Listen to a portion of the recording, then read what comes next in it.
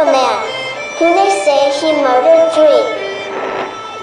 Strange things have happened there. No stranger would it be if we met at midnight in the hanging tree.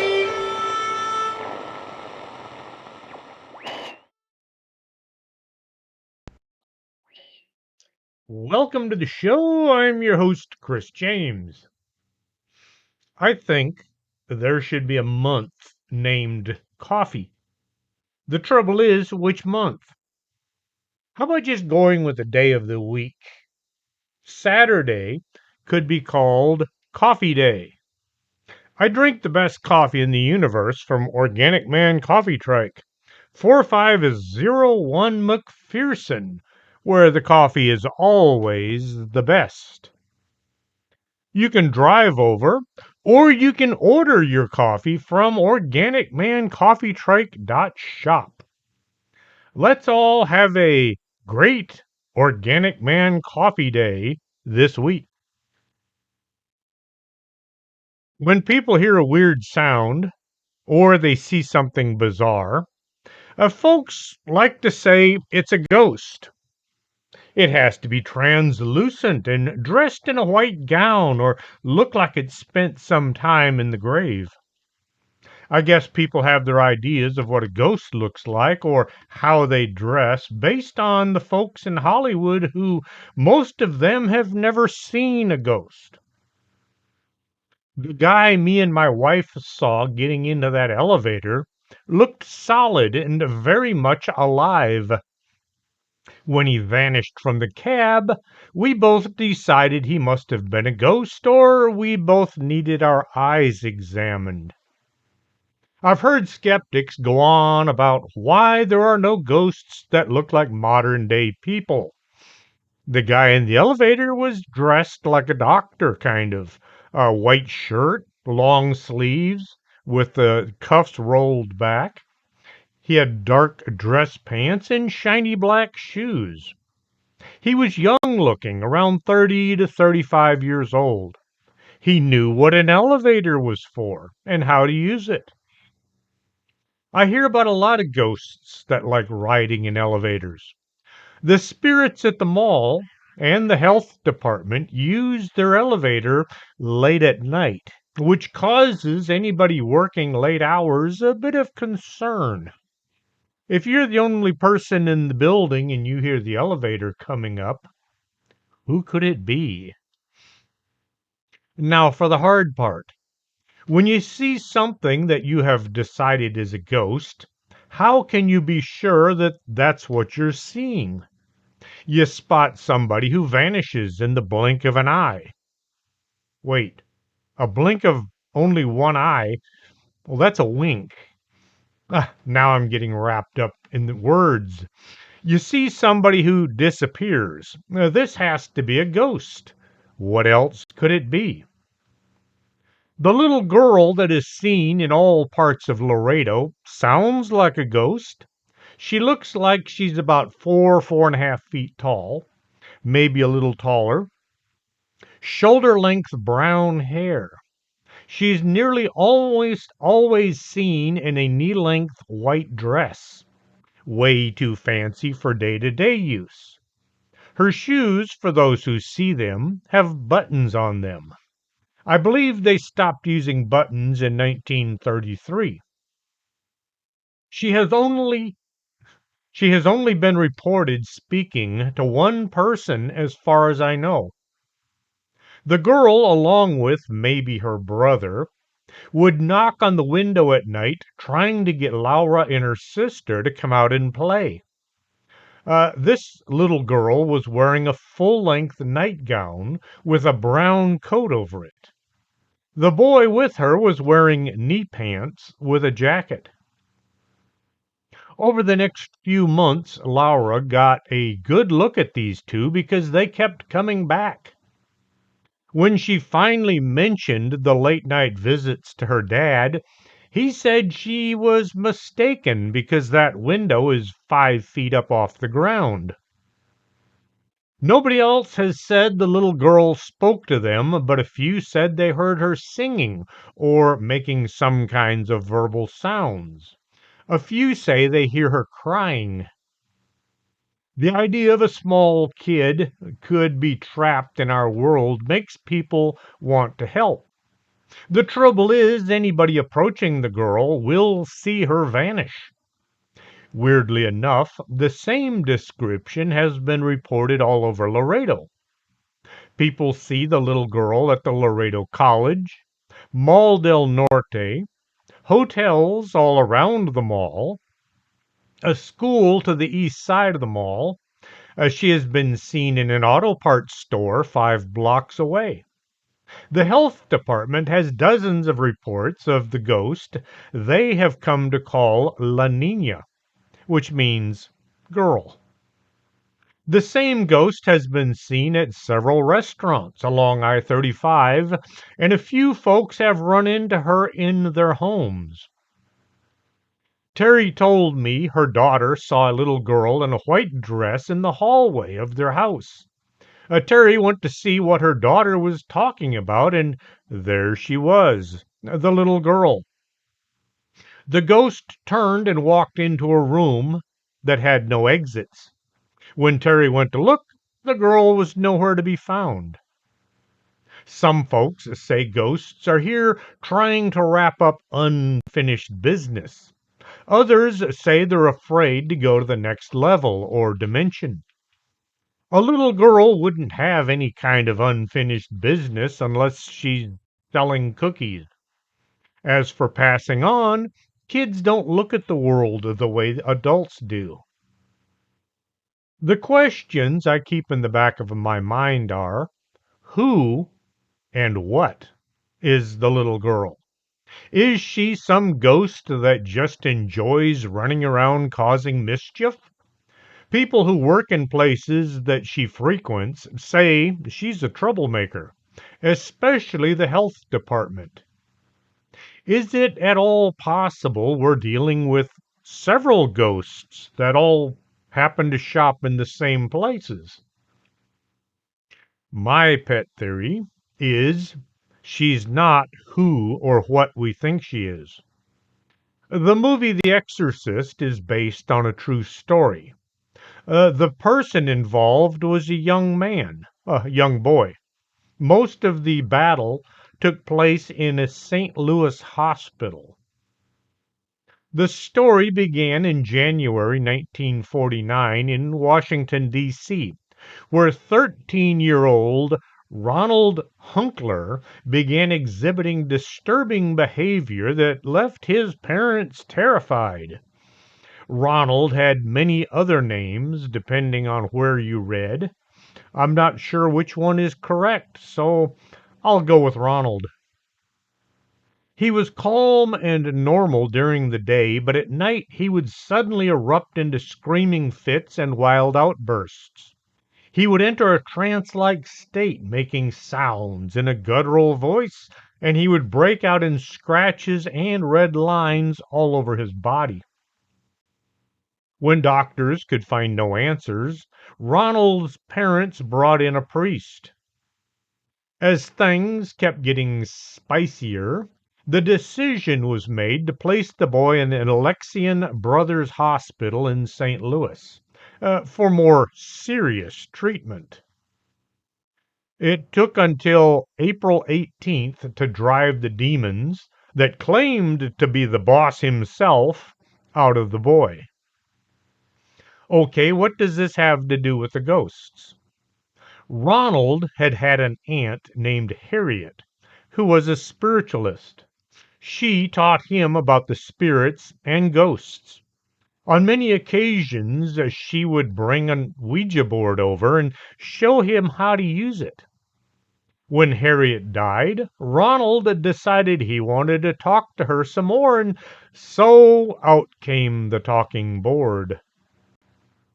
The spirit Ronald contacted said it was her. She was so glad he'd gotten hold of her because she had a lot of things to tell him. This led to many late night board sessions. Then the fun began. It started out as scratching sounds inside the wall and ended up with Ronald being exorcised in the St. Louis hospital. It said it was just a ghost of a dead aunt. Ghosts wouldn't lie. No, but demons would. Having written a few horror stories in the past, I keep coming up with wild ideas on what the little girl might be trying to do. Maybe she's on a soul stealing mission and her disguise is that of a little girl, like Evelyn in Resident Evil. I don't play video games. The closest I come is solitaire and chess, which I play on my computer. I do hear from others whose life seems to revolve around gaming. Evelyn is a genetically modified human that is featured in Resident Evil 7 and Resident Evil Village. Her code name is E001. She was developed by the Connections from cell samples from one of the other characters and DNA from somebody's deceased daughter who had been named Eva. Evelyn was created sometime in 2000, but the Connections artificially aged her to make her appear like a 10-year-old child to suit their purposes as a bioweapon capable of easy infiltration. I do wonder what our little girl is doing running around Laredo, causing trouble and making people nervous. Is she just having fun or waiting to snatch some unsuspecting souls for her collection? Kind of like that guy on the movie Ghost Ship. Just off of 83 South is one of the many private jails we have here in Laredo. Most folks doing time are not really bad people. They made a mistake and now they're paying their dues. The guards working at the jails know these people and they have a good working relation with a lot of them. If you spend 40 or 50 hours a week with the same people, you get to know them. For those of you that have never seen the inside of a jail, there are corridors where the guards and the prisoners move from place to place, and then there are the cells. Depending on the offense, many prisoners are housed in big common rooms with multiple bunk beds strewn about. Some of them are a bit overcrowded now. Crime seems to be a popular thing. Those with a bad attitude or dislike for authority can wind up in segregation units. One person to a room with higher security measures. The only windows are looking from the cells into the corridors. One of the female guards was walking along one of the corridors, just checking doors and counting heads. They do a head count every so often to be sure that nobody's missing. After making her rounds, one of the prisoners asked about the little girl that was walking along just behind the guard. Was that your kid? He asked. The guard thought he was just messing with her and she ignored the comment. They don't have bring your kids to work day in jails. Breakfast, lunch, and dinner is served in the cafeteria, and the guards eat along with the prisoners. I tend to avoid that. The same female guard sat down at a table reserved for the staff, and she began eating her lunch. Once she finished, she took her tray to the drop off window.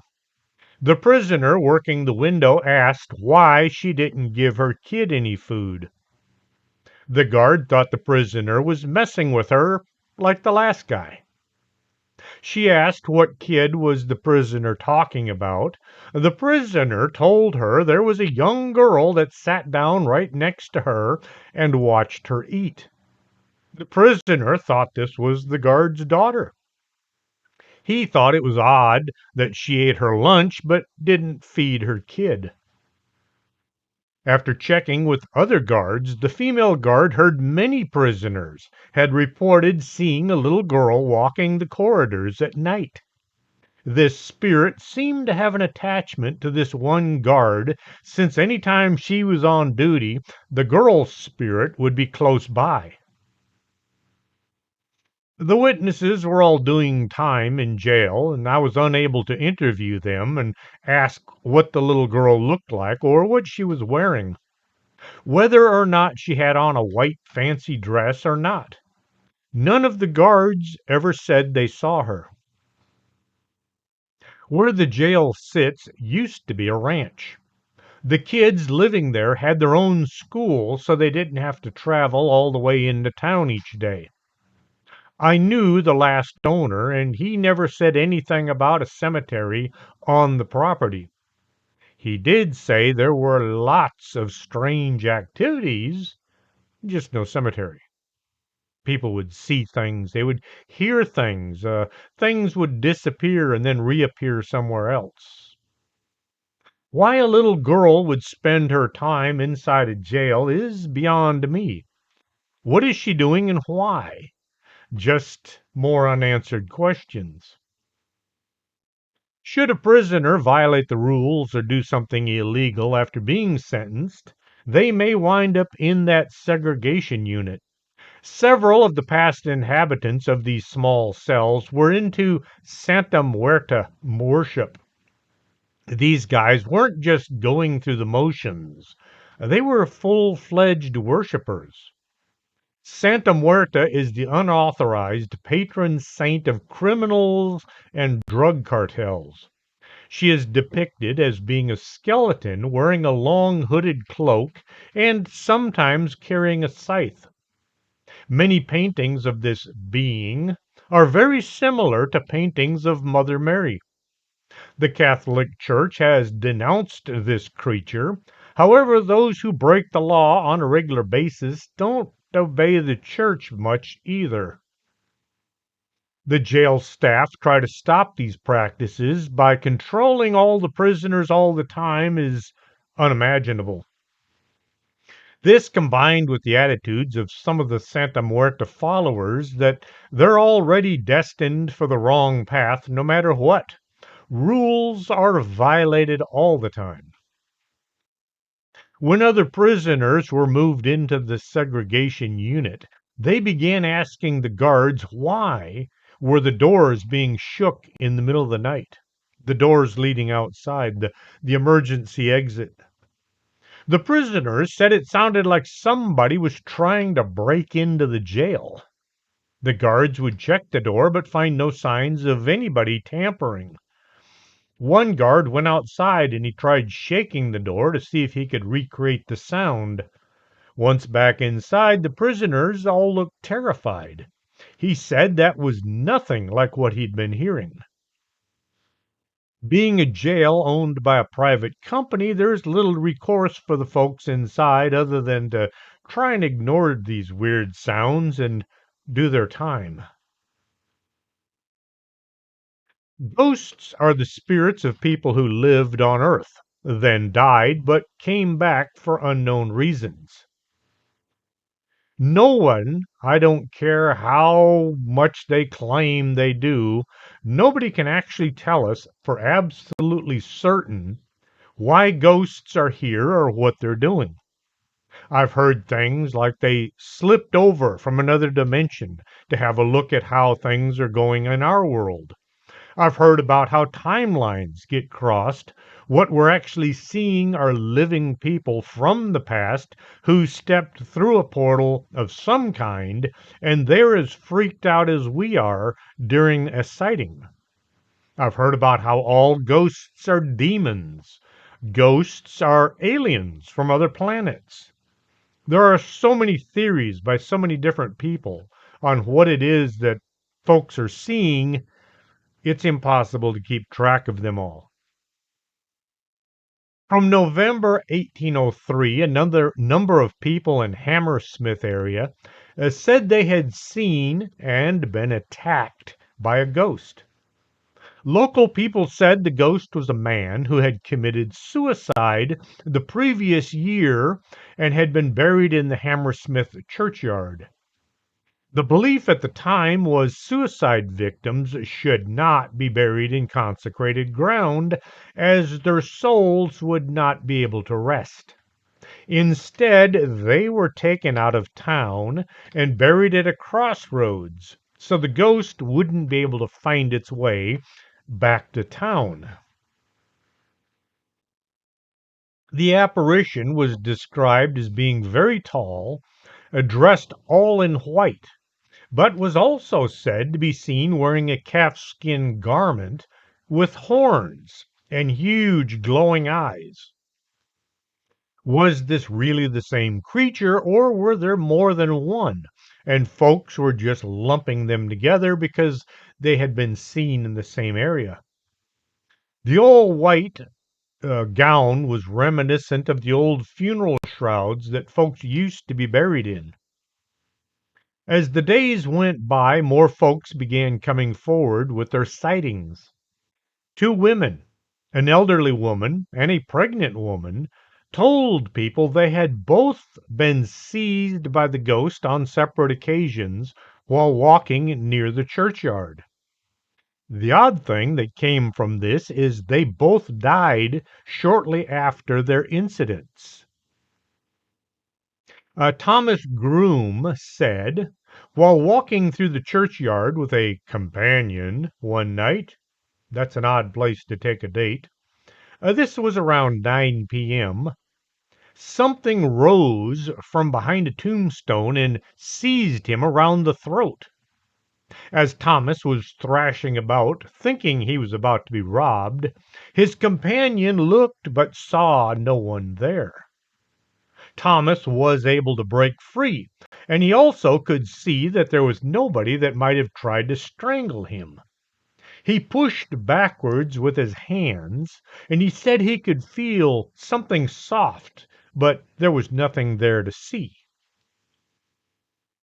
December 29th, William Girdler, a night watchman, saw somebody near Beaver Lane, and thinking that this might be a resurrectionist, he gave chase.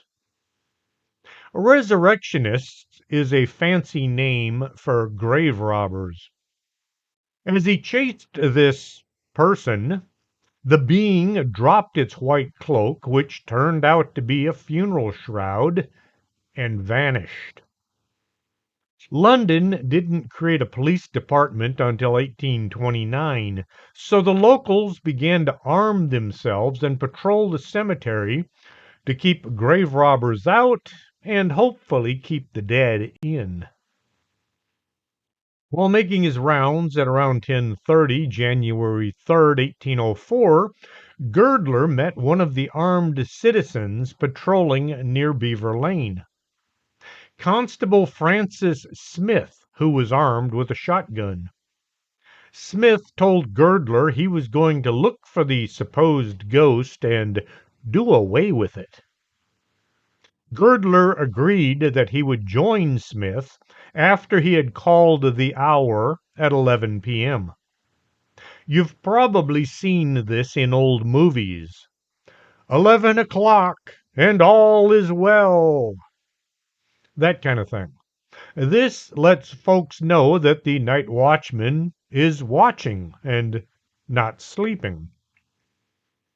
They then went their separate ways, planning to meet up after 11.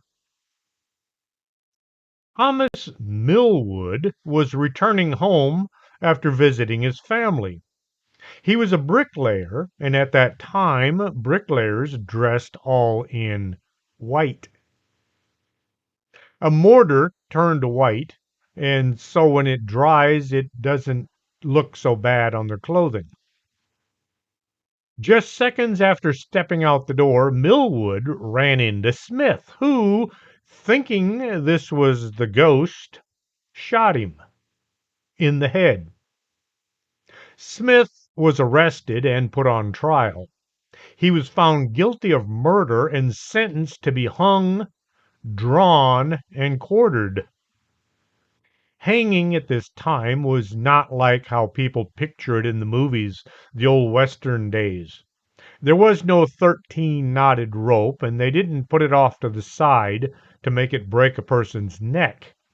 Instead, the rope was tied to the back of the neck, and the condemned was then pushed off of a ladder. It could take a while to die. And this is where the term die hard comes from. Once the person had quit kicking, the body was taken down, tied between four horses, and stretched out a bit. Someone with a sharp sword would chop the body into four pieces that were then dragged through the streets. It was quite a show for the spectators as long as you were not a guest of honor. And now, once again, the rest of the story. It turns out the ghost was supposed to have been John Graham. Try that again. It turned out the ghost was supposed to have been a man named John Graham, who was an elderly shoemaker who had been pretending to be a ghost by using a white sheet so he could frighten his apprentice, who had been scaring Graham's children with ghost stories. There's no record of Graham ever being punished. This story does nothing to explain away the two women who died, or the man being choked by some unseen being, as well as the ghost that vanished while being chased. As for Smith, the king did commute his sentence to 1 year hard labor instead of all that stretching and chopping. Now, the story of the ghost being this man named Graham, I believe, came out as a way of explaining away the ghost sightings. Oh, there's no ghost attacking people in the churchyard. It's just this man pretending to be a ghost, but we're not going to charge him with any kind of a crime, even though two people died from his activity. You have nothing to fear from ghosts, right? Nobody has ever actually been harmed by spirits from beyond the grave. Well, other than those two women. Are they the only two? Maybe not. My wife and I used to drive down to Monterrey, Mexico quite a lot. It began to get too dangerous. Not the drive, the stops. At a checkpoint, I got to look down, well, actually up, the barrel of an M16, while a couple of soldiers asked us questions. Between the military and the drug cartels, who also set up checkpoints, we decided we would head north on our trips instead. My wife has family living in Monterey. I received this story from one of them. It's a story about a nurse named Margarita. She worked on the seventh floor of one of the hospitals. Her husband was always complaining. She spent too much time at work and not enough time at home with him and their two young daughters. One day, one of the daughters was in a serious accident. The father rushed her to the hospital, hoping they could save her life. Margarita was stuck working on the seventh floor and had no idea what was happening in the emergency room below. Somebody administered a medication to the young girl only to realize it was a fatal mistake. The girl died before anybody even thought to contact the mother. When Margarita found out what had happened, she was overcome with grief. The husband was incensed at his wife for paying too much attention to the patients and not enough to his family. The divorce soon took place, and the husband took the remaining daughter and moved away. Margarita was now all alone in life, and she began to blame those around her. If only the hospital hadn't made her work so many hours. If only the patients hadn't been so demanding. If only.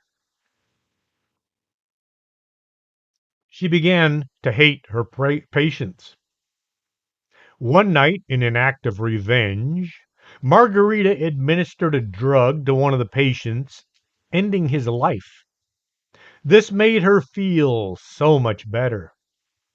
She found that she now had the power of life and death, mostly death, over the people responsible for her life being destroyed. After a few months of this devilish activity, the staff began to wonder why so many patients were dying on the seventh floor. Late one night, a doctor walked in on Margarita as she was trying to kill one of the patients. The doctor tried to stop the nurse. She turned and ran, taking refuge in a supply room. Others began to converge on the trapped woman, so she did the only thing she could think of. She gave herself the medication intended to kill someone else. Margarita died there on the seventh floor. Things should have gotten better. The killer was no longer there. The patients were now free to get on with their recovery. Ah, but things didn't get better. They got worse. Patients continued dying at an alarming rate.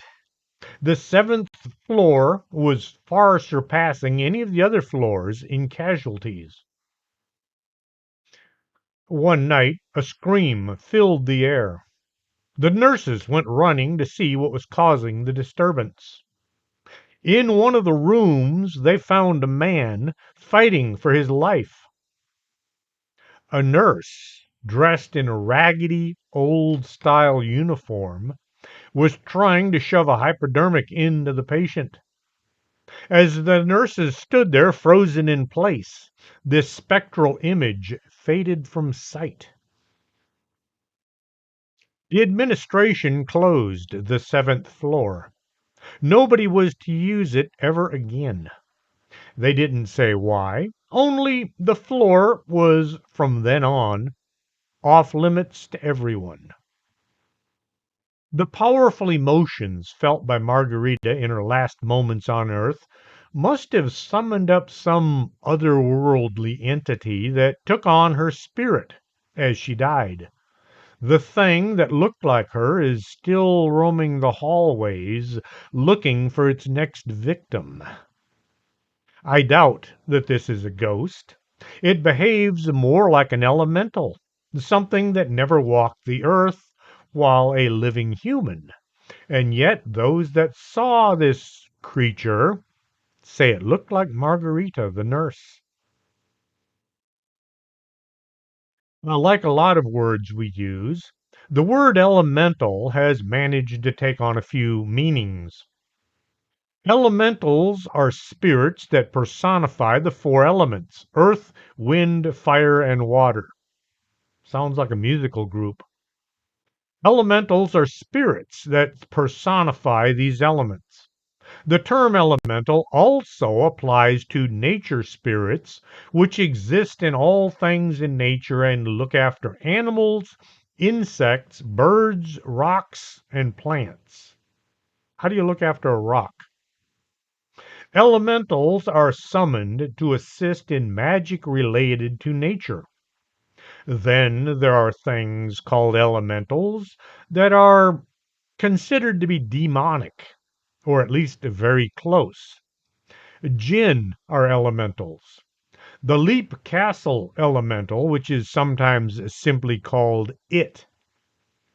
Elementals are spirits that never walked the earth as humans.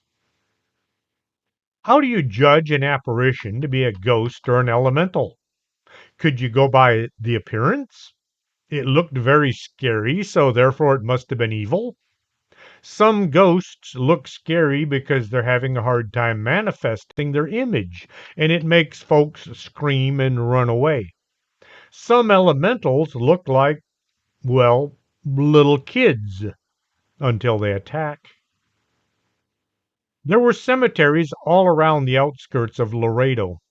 As the town grew, the cemeteries were taken apart and moved back into the main couple of cemeteries.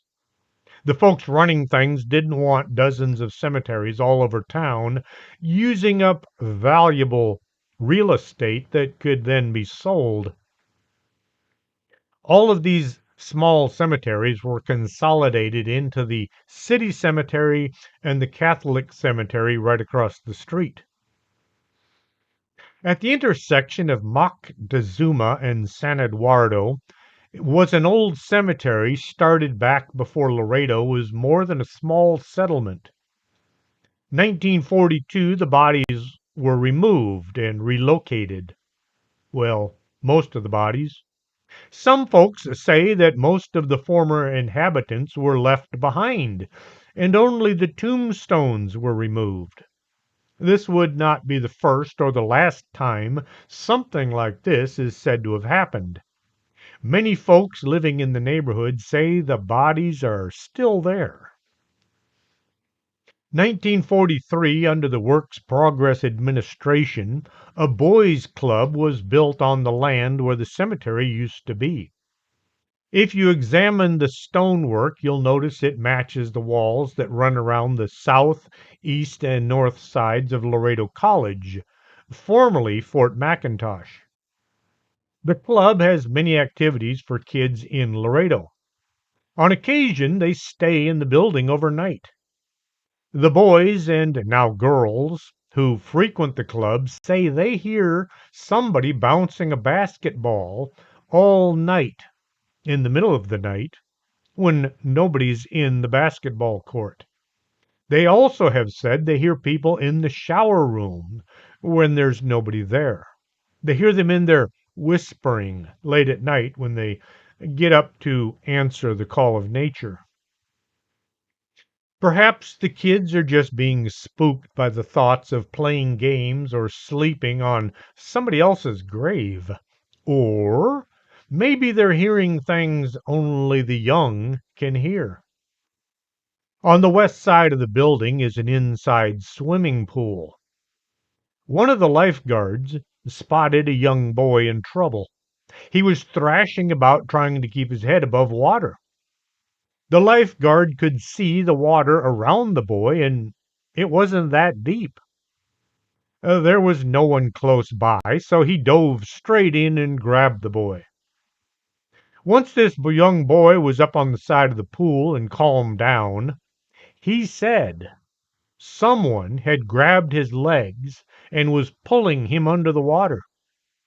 The water wasn't deep, so the lifeguard could have seen anybody messing around in the pool. What could have happened that caused this boy to nearly drown in the shallow end of the pool? All he needed to do was stand up, and his head and shoulders would have been out of the water. Something was holding him down, something nobody could see. Why would a dead person or a ghost be anchored to a place where their body is currently holding up dirt? There are numerous stories about how disturbing a grave will lead to a haunting. Is this the actions of the dead, mad about their graves being disturbed, or is this an excuse for something else to sneak in and cause trouble? What is it about old cemeteries that cause ghost activity? A Laredo police officer contacted Ishmael about some strange activity near a call that he'd been on. The officer had responded to a domestic disturbance on Shiloh Drive. Near the call, he had seen 3 abandoned houses that sat side by side. After the call, he noticed there was a crucifix, broken, left laying on the doorway of one of the houses. Inside this house were all the furnishings that had been left by the previous tenants. The living room was full of furniture. There were clothes in the closets. The cabinets in the kitchen were filled with canned goods and dishes. In the backyard were grave markers. Lots of grave markers. There were more than 200, dating from 1800s to the early 1900s. The markers were delineated from low priced tin crosses to large stone markers. Ishmael contacted a bunch of like minded friends, and they decided it would be fun to go take a look at this place. There were no ghost hunting TV shows on yet, and so they had to figure out what they were doing by guesswork. Cameras, maybe some flashlights, maybe a golf club or a bat just in case. Impromptu weapons in case they find something they didn't want to deal with. And nobody said, hey, maybe we should get some holy water and some crucifixes. The 8 men jumped into Ishmael's pickup, 3 in the front, 4 in the back, and one guy got stuck in the bed. They drove over to the site to see if there was any spirit activity. The area around the abandoned houses was quiet as a tomb, literally. The air was still. It was about 50 degrees out. The 8 soon to be LPRS members went about looking into the graveyard to see if there were any ghosts to be seen. They moved about among the grave markers, not too sure how to investigate the scene. It's not the kind of thing they cover in school. Take a few photographs, make a few recordings, ask a few questions. If you're doing a YouTube video or that other platform, try to come up with some intelligent questions and don't just parrot what you see on TV. Is there anybody here who would like to speak to us? Come on, try to introduce yourself. When the video is recording, is the wrong time to try to be creative and come up with intelligent things to say. You probably won't. When a drizzle began to fall, the not yet LPRS team moved inside one of the houses. The group was in the process of investigating when they heard the sound of a horse whinnying right at the back door behind the house. Looking into the yard, they could see there was nothing there that could have made such sounds. If you hear a horse, but there's no horse around, you just might be hearing a ghost horse. The guys made their way to the truck in a kind of a slow rush. It's not fun anymore. Nobody wanted to be left there on their own. That slight drizzle had been falling for nearly an hour before the team jumped in the truck and tried to get out of there. Pulling forward, the front tire dropped off into a ditch. Everybody had to jump out and push. It took them nearly 2 hours to get unstuck. After the group became the LPRS, they would return to the Shiloh Cemetery 8 more times. The next time was in 2004. By the time they returned, they had acquired better equipment and better investigating skills. The owners of the land had decided the cemetery had to go, so they simply removed all the tombstones, not the bodies. To this day, people living in that neighborhood see things and they hear things in their homes. They don't realize that they're living above the dead. Kind of like that movie, Poltergeist, except this is, well, no Indians involved as far as we know. If you suddenly have an urge to do a ghost investigation and you're using a video camera, here are a few things to consider. Walk very slowly. You only blur the images if you move fast. As you move the camera back and forth, move it slowly. Give the camera time to focus. Everything will be blurry otherwise. Moving from one corner to the next in a room should take about 30 seconds. If you use audio, don't talk just to hear yourself. Make statements regarding what you're seeing, but try not to ramble. Keep the swearing down to a minimum, as in try not to swear at all. The only listeners who will be impressed by your ability to say things are 14-year-old boys like Beavis and Butthead. You'll lose more folks by swearing than by not making a good video. What could have made the sound that they all heard in that house? At one time, all the land around Laredo was ranch land, or it was wild. There were horses in the area. A psychic investigator that went to the area saw a woman sitting on a rock with a horse next to her. This woman was dressed in 1800 style clothing. When asked what she was doing, she said she was waiting.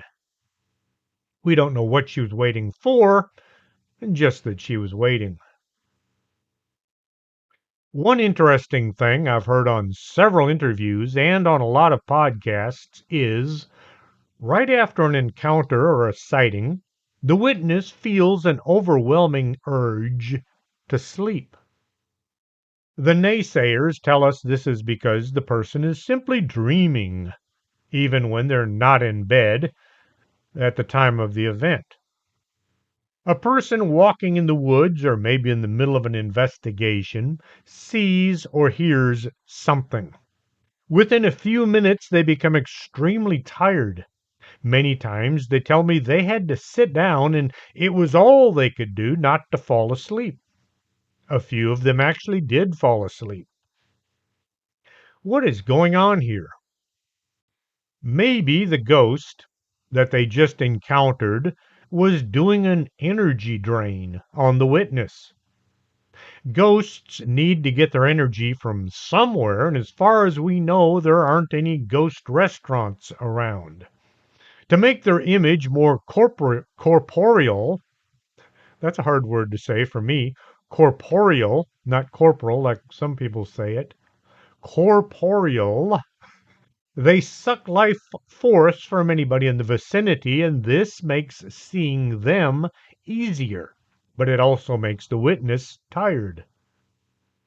On the other hand, some of these sightings are not of ghosts, but monsters, such as the Dogman or Bigfoot. One of the side effects of adrenaline, the fight or flight reaction, is a sudden loss of energy. You feel drained. I usually don't have that problem anytime I have anything exciting or interesting happen. I have just the opposite reaction. It takes me forever to relax. Maybe it's because I did so many weird things when I was younger, like being a firefighter or a soldier or a cab driver. One ghost invest On ghost investigations, we carry several boxes of batteries, and we use a lot of them. Everybody carries a few spares because when things get interesting, batteries go dead. It is a really good idea to learn how to change batteries without having to see what you're doing. Flashlights go dead, and folks scramble for their cell phones so they can see what they're doing. Learn to work by feel. The negative end of the battery is flatter than the positive end. Try holding the battery in your hand and run your finger over each end so you know how they feel. The negative side of the battery compartment has the spring. You may have to use your little finger to reach inside, but once you know which is which, you can replace batteries in the dark. Don't throw the batteries away until you check them later. On many occasions, the batteries have come back to life once the ghosts are no longer using them. Everything that goes bump in the night isn't a ghost. Sometimes you find things making noises like refrigerators or pipes inside the wall. Then again, there are things out there that don't make any noise, and you don't want to run into them in the dark, or in the light for that matter. What makes a ghost and why? I've read about and done shows on ghost ships, ghost trains, ghost cars, and ghost animals. With all the cats and dogs I've had over the years, I've never been visited by a ghost pet. I wonder why. I hope they aren't glad to be away from me. I've tried to be a good caretaker.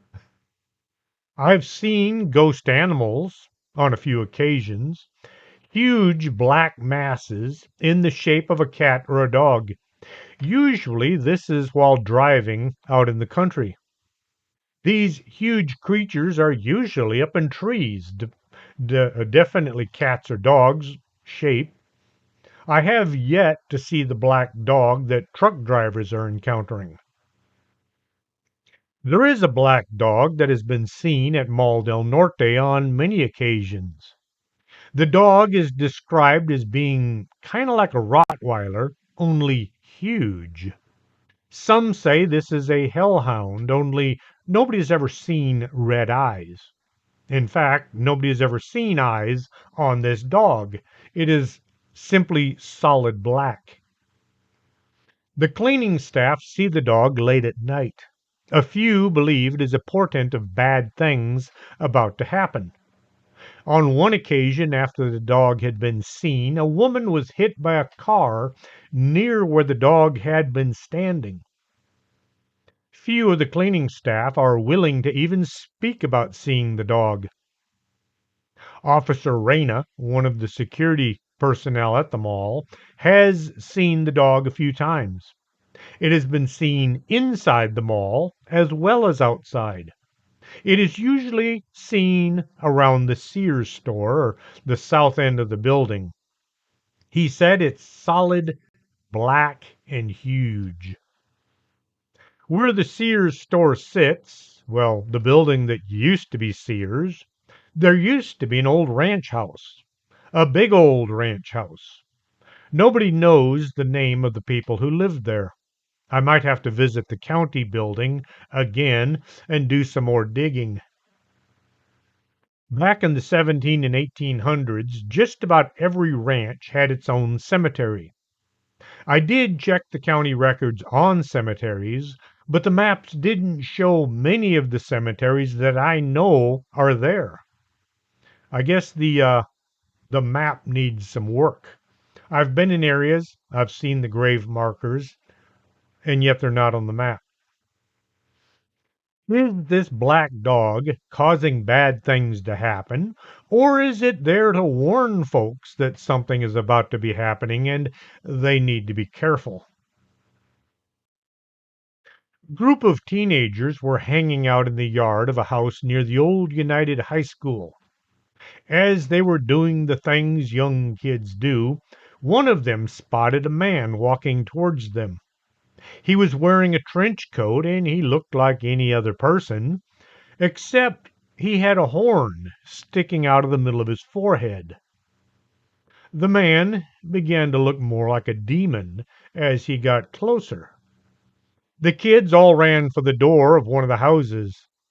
A girl who didn't think she could make it to the door jumped into a car and locked all the doors instead. She watched as this creature walked up to the door of the house and began pounding on it, trying to get in. This went on way too long before this creature simply turned and walked away. The teens didn't want to tell anybody, especially the police, thinking they would be accused of lying. This is a continuing problem when dealing with people that witness paranormal activity. The fear of public ridicule far exceeds their wish to tell their stories. Texas is known for oil. If you live in Texas, you either know somebody who works in the oil field or you work there yourself. That is a hard job. I've been there, I've done that. I've still got all my fingers, which a lot of people in the oil field can't say. You can't drive on any highway or major road without seeing oil field trucks and equipment going and coming from the fields. Truck full of oil field workers was traveling north out of Laredo. They stopped at the Border Patrol checkpoint on I 35 and then proceeded north. The driver was just getting going when he spotted a man walking along the side of the interstate. It is a long walk to just about anywhere in this part of the state, so he eased over to the side where the man was walking. The guy on the passenger side of the truck rolled down his window and offered the man a ride. The man thanked him for the offer and said he lived nearby and he would just as soon walk. The passenger wished the man well, and the driver got going once more. It's a few miles from the checkpoint to the town of Encinal. As the truck was coming close to the town, the driver saw a man walking along the side of the road. The back of this man looked so much like the other walker they had seen, so the driver began to slow down, more out of curiosity than anything. The others in the truck were all looking at this man on the side of the road as the truck drew alongside. It was the same man. This man they had offered a ride to just moments ago was now walking along the interstate about 5 miles farther north from where they had seen him. It was early in the morning and there was no vehicles that had passed them as they left the checkpoint or as they drew near Encinal. All eyes were on the walker as they drove by. The man turned and he looked at the oilfield workers and smiled. The driver, as well as all his companions, were terrified by this inexplicable encounter. The driver hit the gas. With encouraging remarks from his fellows, they sped away into Encinal to get away from this phantom walker. Who he was or what he was doing, nobody knows. Nobody can say for sure. Down in San Ignacio, as you're heading south on 83 South, you come to a curve in the road where there used to be a boat parked on the side of the road. It was showing folks where the boat ramp was. There's also an RV site there. A friend of mine in the Border Patrol was driving south along that road and he saw two men kind of standing off in the bushes like they're about to run out across the highway, like illegal aliens. He had already passed, the driver had already passed that spot. So my friend started telling him, hey, we need to go back. There's two guys back there we need to check out. The driver gave him a weird look and he did slow down and turn the vehicle around, but he wasn't in any big hurry to get back there. My friend immediately jumped out of the vehicle and he went into the bushes to look for footprints of these two, and there was nothing to be found. His partner, the man driving the vehicle, had never even gotten out. When my friend got back to the vehicle, he asked the driver what the deal was, and the driver proceeded to tell him. Everybody sees these two men standing on the side of the road. They stand there. They look very much like they are from Mexico. When anybody sees them, they don't move. They just stand there as if they're waiting for something. Perhaps this is a couple of illegal aliens who ran out and accidentally got hit by a car. Or perhaps it's something else, waiting to maybe capture somebody who goes looking for them. I hope you enjoyed tonight's show. If you did, tell your friends, tell your relatives, tell people you don't even know that they should be listening to Strange Things with Chris James. If you have a story that you'd like to share with the public, you can send it to me at strangethings@arkanasa.com and I'll put you in my next book. It doesn't have to be really good story as long as it's true. It can be about UFOs, cryptids, ghosts, or just any kind of weird activity that may have happened to you. or to a relative of yours or somebody you work with. Like I said, as long as you think it's a true story, send it to me and I'll put you in my next book. Until next Saturday, this is Chris James for Strange Things.